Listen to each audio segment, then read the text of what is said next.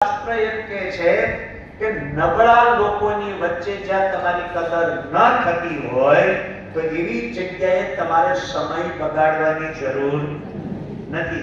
એ ચાણક્ય કહે છે.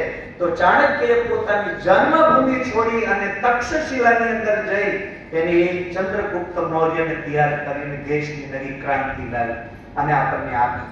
તો કહેવાનો મતલબ હરેક વ્યક્તિની પાછળ કંઈક લક્ષ્ય હોવું જોઈએ, નિષ્ઠા હોવી જોઈએ.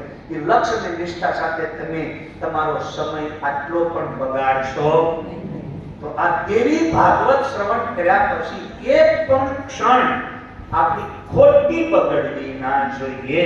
તો એના માટે અહીંયા જન્મે છે એના પિતાજીની ઉપર જે લાંછન લાગેલું છે એને દૂર કરવા માટે જ્યારે એને આ દેવી ભાગવતની કથા સંભળાવી અને દિવ્ય સ્વરૂપને જ્યારે એને બતાવ્યું ત્યાર પછીથી હવે અહીંયા